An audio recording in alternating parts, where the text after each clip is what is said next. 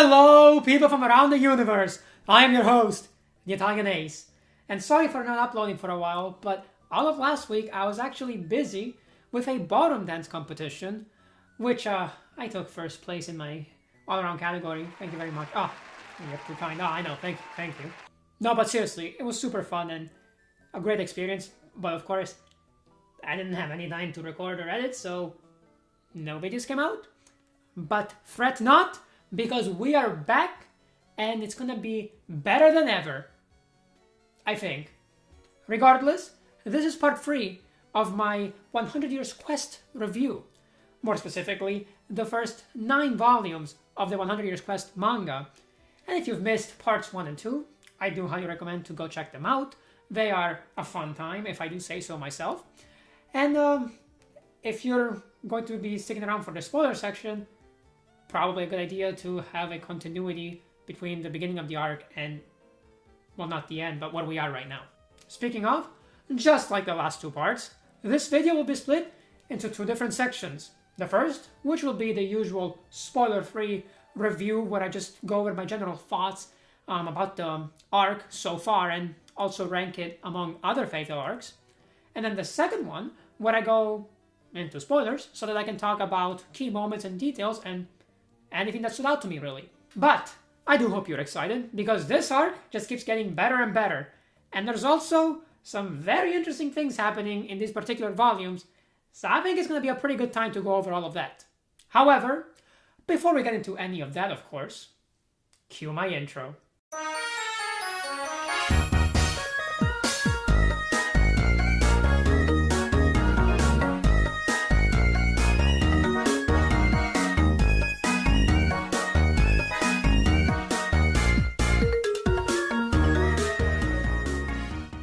Okay, welcome to the spoiler-free review section, and just like I said in my part 2, while it might be helpful to go check out the first 2 parts, it's not strictly necessary for this part of the video because it's spoiler-free. However, what's the fun in that?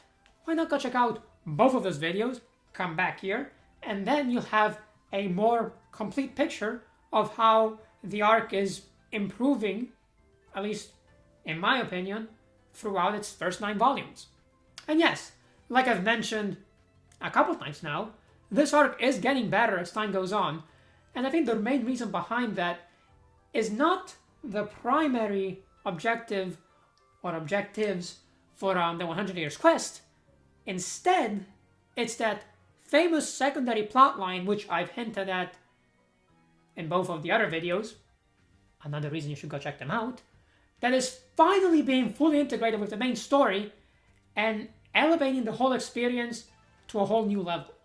Okay, a whole new level might be a bit of a stretch, but I do think it's making it overall a more coherent storyline and just a more enjoyable read, I guess. Like I said in the previous videos, when this plotline was first introduced, it did kind of feel like they were just stopping what was going on in the main plot and cutting away from it just so they could tackle whatever was happening in this plotline, and that they were very much 2 separate entities. This, together with the main antagonist for this plotline, is actually what caused me to say that it just felt like watered down Zeref.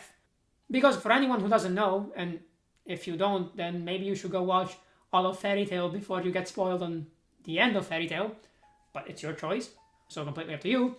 Zeref was, for the first part of Fairy Tail at least, kind of this mystical, mysterious, very unknown entity that was mentioned multiple times, but didn't really impact the plot all that much outside of some characters' motivations. And while this wasn't exactly the same thing that they did with this other plotline, it did follow the similar path of, it's kind of connected to the main plot, but it does feel very separate and like something they will tackle later down the line. However, I am happy to report that is no longer the case. In fact, I think as of volume 8, this plotline is now fully integrated with the primary story, and it actually works really well with everything else that's going on. It also helps that as they're fleshing out this other antagonist more and more, the comparison with Zareth kind of dies down. In fact, I'd say by volume 9, that comparison is basically null and void because there's not much there anymore. And that's good because, don't get me wrong, I love Zareth. I really do. One of my favorite characters in all of Fairy Tail, actually. But that doesn't mean I want to see a rehash of the Zareth plotline but with someone else, because that's just not the best way to go about a Fairy Tail sequel slash continuation. Also, because of where this antagonist is from, we get to meet some old friends in these volumes. Specifically, volume 8 has us hanging out, quote unquote, with some characters from the beginning of Fairy Tail, really. Which is kind of interesting because A, they were fun characters, and B, they don't stay there for so long that it overstays its welcome and you're just like, okay, I get it. Stop trying to play out this nostalgia. Just let's move on to whatever's actually happening. By that I mean what's happening in the main plot, not just in the world of Fairy Tail as a whole, because I guess those characters are part of the world, so they would be what's happening, but not for the plot that we're interested in. I mean, you get it, okay? I don't have to go into all of these semantics. I think we all understand what I'm trying to say. And if we don't, oh well, just know that there's characters that get introduced again that you've met in the past, but they don't stay too long. Cool? Cool. Going back to the main 100 Years Quest plot, and Volume 7 is actually where they complete the objective that they started undertaking, I guess, in Volumes 4 through 6. I'm not going to say what that objective is because that would be pretty big spoilers, but just know that they have now completed 2 of their 100 Years Quest objectives and are moving on to the 3rd. Something I do want to point out here is that the fight that ensues because of what they're trying to accomplish, I think is going to be pretty spectacular when it gets animated. First of all, it's divided into multiple fronts, which I've always enjoyed. But second of all, the 2 main fronts have some of the best characters in Fairy Tail, at least in my opinion, as their main protagonist, I guess you could say, / main fighters. And they both take part into very different, unique, and also exciting battles. So I can only imagine that when we get to see this animated, it will be fantastic. At least I really hope so. It would suck if it's just a normal, boring fight, but truly I don't see how they could do that without deviating completely from the manga, which would just make no sense. I think it's also fair to point out that what used to be the tertiary plotline, at least in my opinion, and something that definitely felt very separated from everything else, for the most part, is now becoming more and more intertwined with the main plot. So I don't really know how this will pan out yet, but I'm definitely feeling a lot more confident in this being a good plotline by the end than I was when they first introduced it. All I'll say is that this particular storyline has to do with a new guild, but I'm not going to tell you what that guild is, and I'm not going to tell you how they're really involved, but just so you know, there's another guild which was introduced in the first 3 volumes, but is now finally starting to just be an integral part of the story as a whole. Moving on to the new objective that our main protagonists are trying to accomplish for the 100 Years Quest, and to no one's surprise, I'm sure, this is the hardest one yet, because the antagonist here is just a straight up villain, at least as far as I can tell, and B, they're very strong. I mean, don't get me wrong, the other 2 antagonists they faced up until now were also very strong, but this one, I don't know. there's something extra about them, and it's going to be very interesting to see just how they can deal with them. Speaking of really strong people, we get introduced to another really strong character, one from that guild I was mentioning before, and because I'm not entirely sure what role this guild has, I don't want to really define them as an antagonist just yet, even though realistically they are. But all you have to know is that there are now two, and realistically more, really, really big threats for our heroes to deal with, which is both really good and also a little bit worrisome, because I hope that this doesn't mean to just give them random power-ups out of absolutely nowhere to deal with these people, and that there's some kind of an explanation as to how they're able to now be on their same level. Look, like I said last time, although I think it was in the spoiler section, I'm not asking for a lot, okay? I don't need some super long training arc.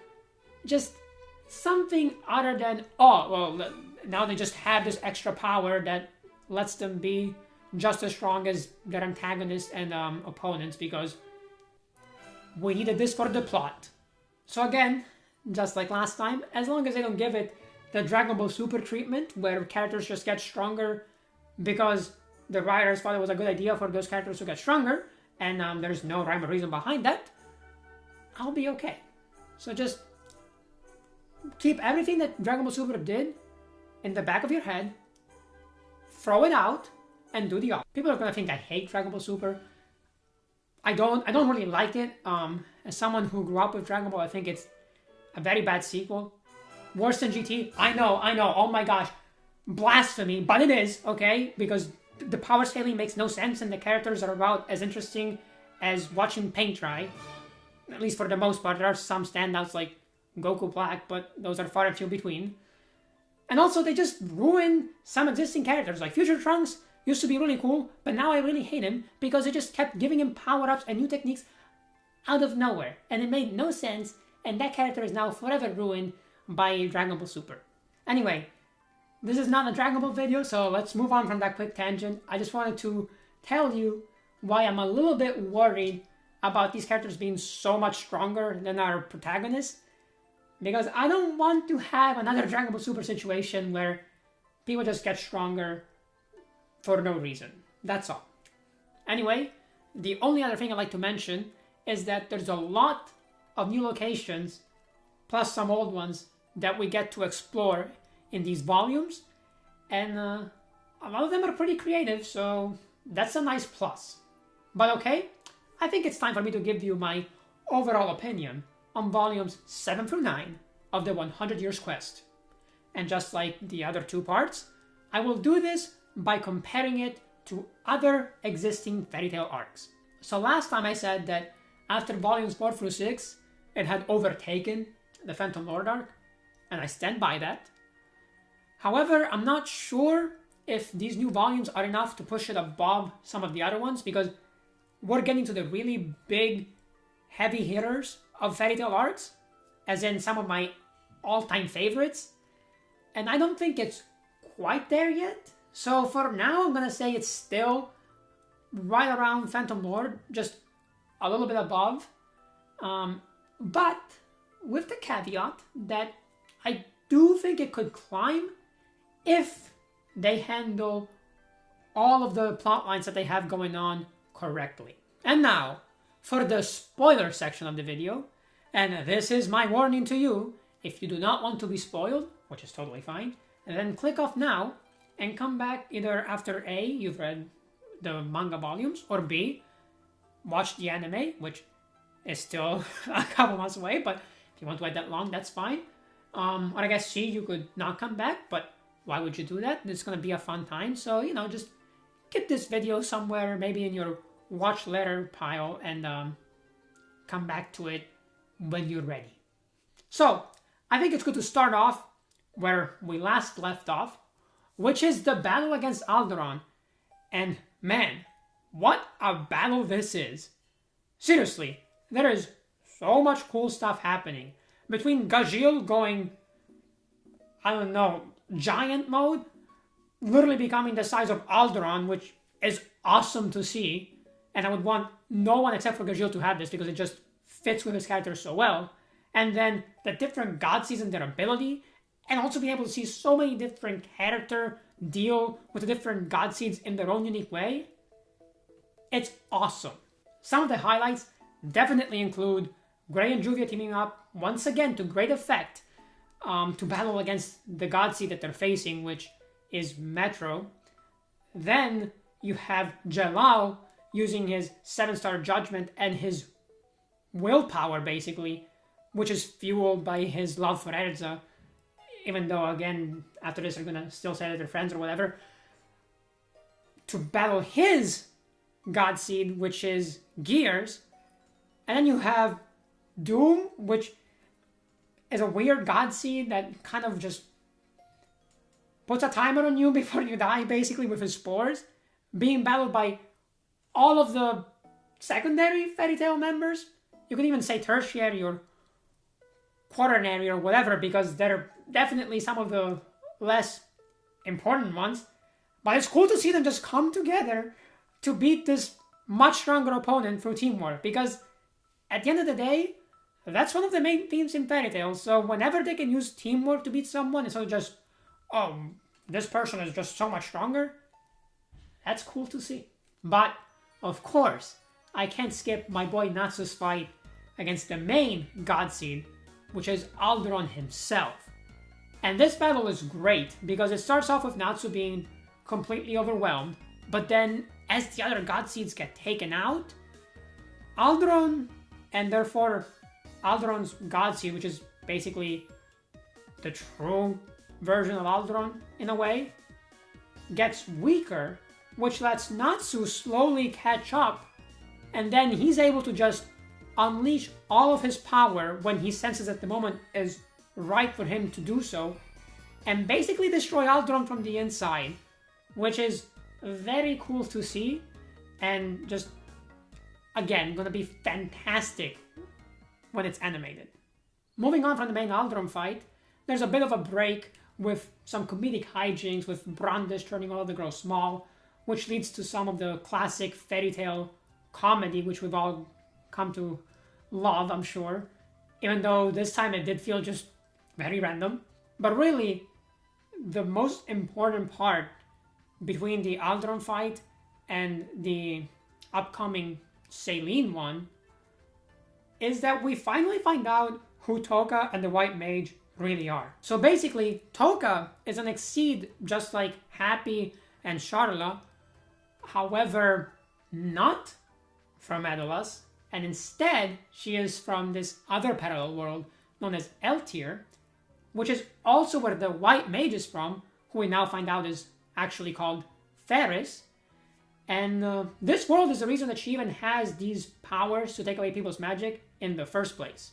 And that is because Eltir is overflowing with magic, and so they need people to actually take this magic and get rid of it, because otherwise the world will just simply explode. We also find out that she had come to Earth to try and save her world from the threat that is Saline, and the reason that she kind of went crazy and started targeting Fairy Tail and also just really becoming this White Mage persona is because she absorbed too much power from people that really believed in this cause of turning the world white, which I guess in a way affected her own free will and caused her to go bananas. Still, after this revelation, Ferris is just itching to go back to Eltir to save it, with the help of Fairy Tail, because of course they agree to help, they're great people. But she doesn't really know how to use the magic that Toka used to get to Earth.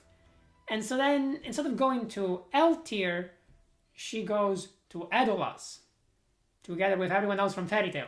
The issue is that Edolas now has no magic left, and so they can't really leave. At least not at first. And then this causes them to go seek help from, you guessed it, Edolas' Fairy Tail, When I first saw this, I was worried that we were just going to be stuck in Endless for like a volume or two or whatever. But they really do just give it the right amount of time, half of a volume maybe, just to get you reacquainted with those characters. It's fun, it's nostalgic, but then right when you're starting to think, well, I think we should move on, they do just that. So honestly, I have no issue with this. I think it's handled very well. And if every show or manga or anime or whatever did these nostalgia baits, quote unquote, this way, I would have no problem with them. Anyway, the way that they leave Adulas is that they go and ask help from that world's version of Jalal, which also leads us to meeting that world's version of Erza, who is hilarious, by the way, in this one. I mean, she was funny in the first Adulas arc, but I think she's even funnier here just because of her relationship and attitude towards Jalal. And they basically ask them if they can use the last lacrima that they have, which still contains some magic power. Of course, he says yes, because he's very grateful for all the help that they gave him back in the day.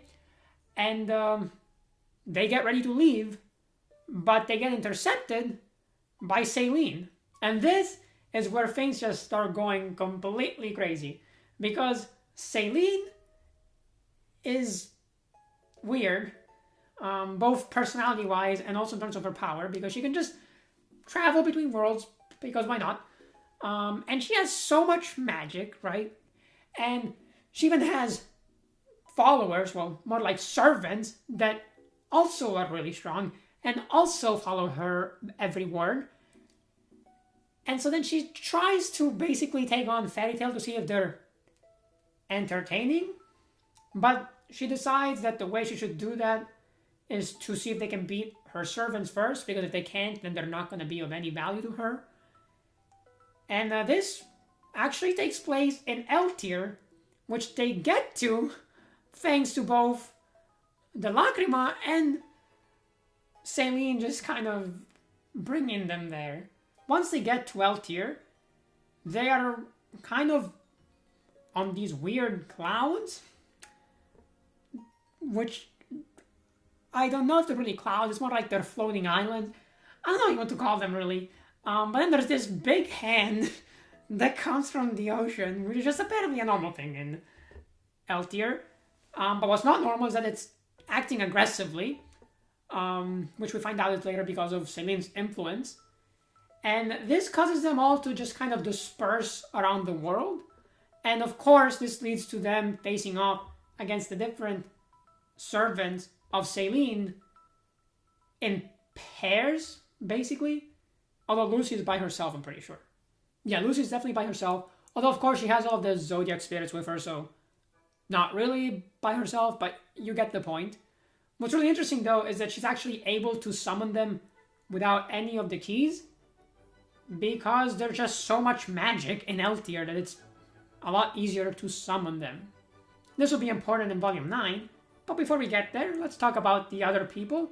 Natsu and Gray face off against this ice woman that can show them basically snow depictions of the women that are important in their lives. And it's hilarious because Natsu just has so many, and Gray's like, why do you have so many?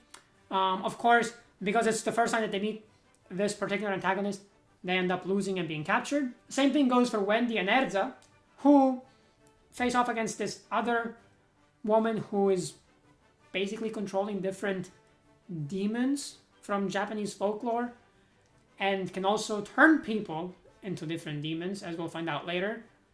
They, again, get captured, but before that, through Irene's help, and by that I mean she appears to Wendy in her subconscious, they're able to find out that they need to use spirit arts to combat against these new threats. And spirit arts are basically normal magic things, but that don't use the Eternatus particles and instead use spirit particles, I guess. We do find out, though, that Wendy is able to enchant people to have spirit arts added to their magic. So I don't think it'll be too hard for them to actually fight these people. And also, this is where I had my question of, is Natsu going into his spirit form at one time going to have some kind of a repercussion here? Or is that just a completely different type of spirit magic? I don't know. So far, he hasn't done anything with that, but I guess we'll see. Lucy, meanwhile, is facing off against this big, strong, hulking woman that has basically the magic of being big and strong. It's the best way to describe it. She also gets captured because, again, they have to get them all together, and then there has to be conflict and also some kind of build-up for the arc, which, I mean, that's totally fine. And basically after that, we just kind of cut to when they're all at Celine's palace. Before we get there, however, I should mention that Toga and Ferris are also split off from the rest of the group, and they go to find the Temple of the White Mages, where Ferris learned her magic, and that's actually where they find Suzaku, which is one of the Dark Dragon Knights from the Diablos Guild. As we'll find out later, he is very strong, but before we really get to see that, we have everything that's going on at the palace.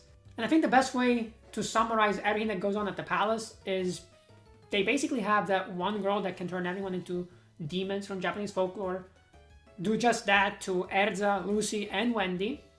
And then they have Natsu and Gray go down and fight against all of these demons and their friends that are now turned into demons. However, they're obviously able to snap them out of this by basically beating them down and then having them regain their own willpower.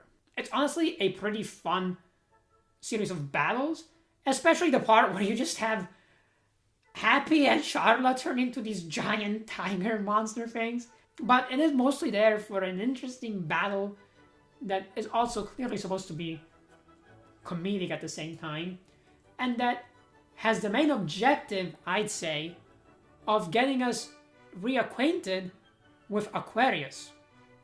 Because yes, Aquarius comes back to Lucy, and she's actually the one that snaps Lucy out of her demonic form.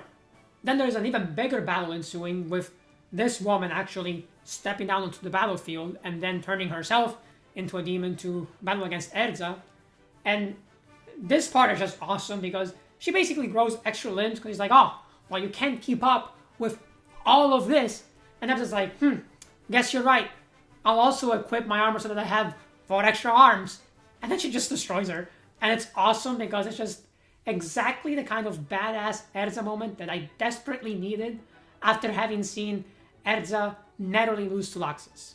However, after they beat her and are now able to escape from the dungeons, I guess, of the palace, that's the best way to describe them, really, they run into Suzaku, who at first is amused by the randomness of the Fairy Tail crew, because who wouldn't be?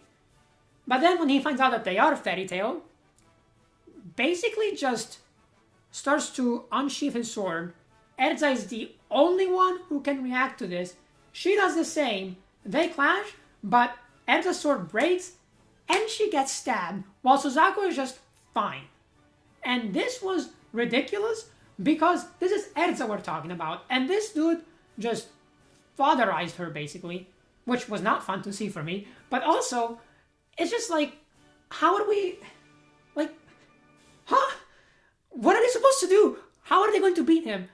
I have no idea. This is why I'm worried about them just pulling some random BS to get the characters to be just as strong as their antagonist. And I just don't want that. I want them to have some earned power-ups, not just a power-up for the sake of getting a power-up. This is basically the end of these 9 volumes. However, I do have to mention that Natsu also gets really messed up by Suzaku in one hit, because it just kind of makes sense. If Erza has it happen, then I mean, the same would happen to Natsu realistically. And then you see Suzaku starting to square off against Celine, which is going to be a great battle, I'm sure. But it does seem like Celine might still be toying around with him, although at the end it is implied that she's starting to get serious, so we'll see where that goes. I should mention that I do know there are more chapters available for the 100 Years Quest, but I'm waiting for the release of Volume 10 so I can just read that and then cover all of that in a video. Otherwise, I would just have to do like maybe shorts covering each chapter, which, if that's something you want to see, maybe just 50 seconds for each chapter, let me know, and I'll make it happen. But if not, it's gonna have to wait until the actual volume 10 gets released. But that is it for our first 9 volumes of the 100 Years Quest, and this small trilogy of videos covering those volumes. I hope you enjoyed this.